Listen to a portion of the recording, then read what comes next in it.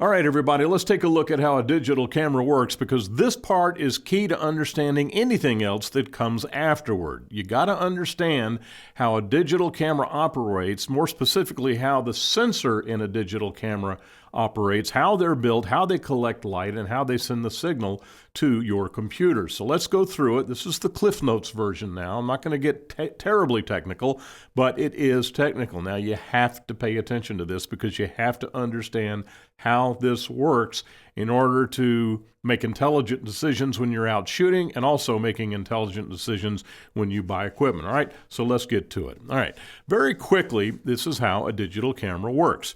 The basic design of cameras hasn't changed in almost 100 years. Now, that's where you have a lens that projects the image on a flat surface, and of course in the old days, that flat surface was film.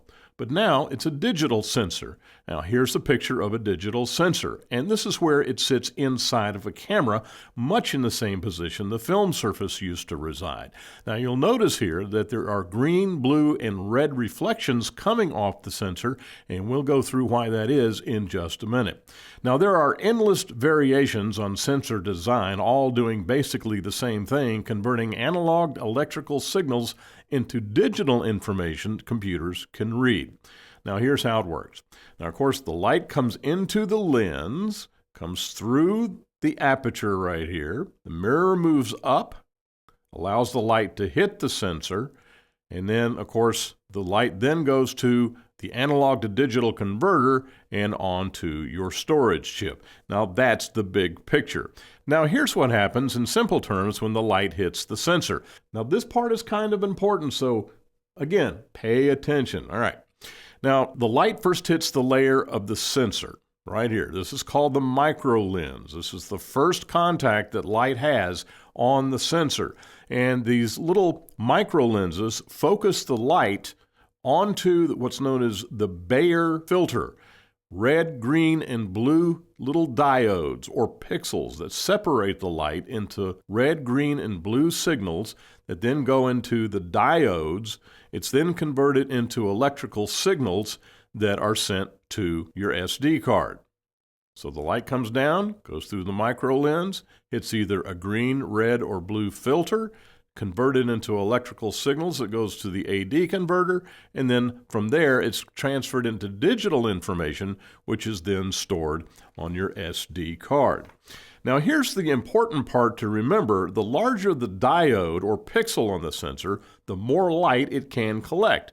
And of course, the more intense the signal, resulting in less noise. Now remember, the goal of this course is the highest quality image our camera can generate, and noise is our enemy. Now, the larger the pixels, the greater the electrical signal and the cleaner the image. The more light, the greater the signal. The less light, the weaker the signal. Now, a weak signal represents the dark parts of the image. A strong electrical signal represents the lighter parts of the image. And, as you guessed it, all of these minute variations of light to dark between the red, green, and blue signals, when processed through the camera to our computer, give us the completed image. Now stay with me here. So the larger the pixels, the cleaner the image. Now here's where sensor size comes into play. We've talked about pixel size, but now let's look at sensor sizes. And to do that, we're going to look at these two cameras that are the exact same resolution, meaning they have the same number of pixels or diodes converting light into electrical signals. Now both of these cameras have a resolution of 24 megapixels, meaning they both have 24 million microscopic little diodes collecting light. Now notice the difference in price. The Canon EOS Rebel T6S right here is only priced at about no more than $1,500 in rough numbers.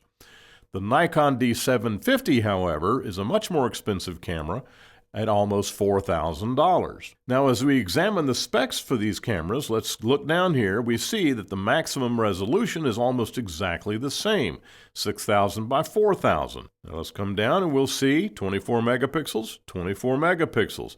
Now, here's where the variations begin to separate the men from the boys.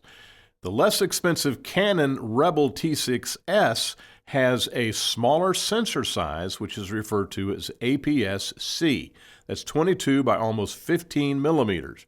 Now, the Canon has what's known as a full frame sensor that's 35 by 24, or almost 36 by 24 millimeters. Much larger than the sensor here. Now here's a diagram of different sensor sizes that will help illustrate the process a little better.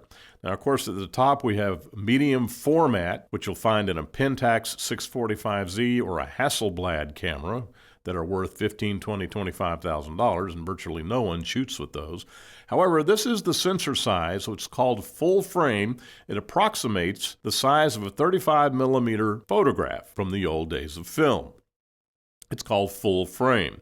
Now, this is the size of the sensor in the Canon T6S, much smaller. So you're saying to yourself, okay, this sensor right here has the same number of pixels as this sensor right here. How can that be? Well, because the diodes, the individual pixels, are much smaller on the Canon camera than they are on the Nikon camera. It's much easier to manufacture the smaller diodes than it is the larger diodes, and so the camera is less expensive in the Canon than it is on the Nikon. Okay, now that's all there is to it. That's the Cliff Notes version of how digital sensors work. Now, coming up in the next lesson, we're going to look at what the differences in these two cameras are and what that means to you when you start taking pictures. So stay with us.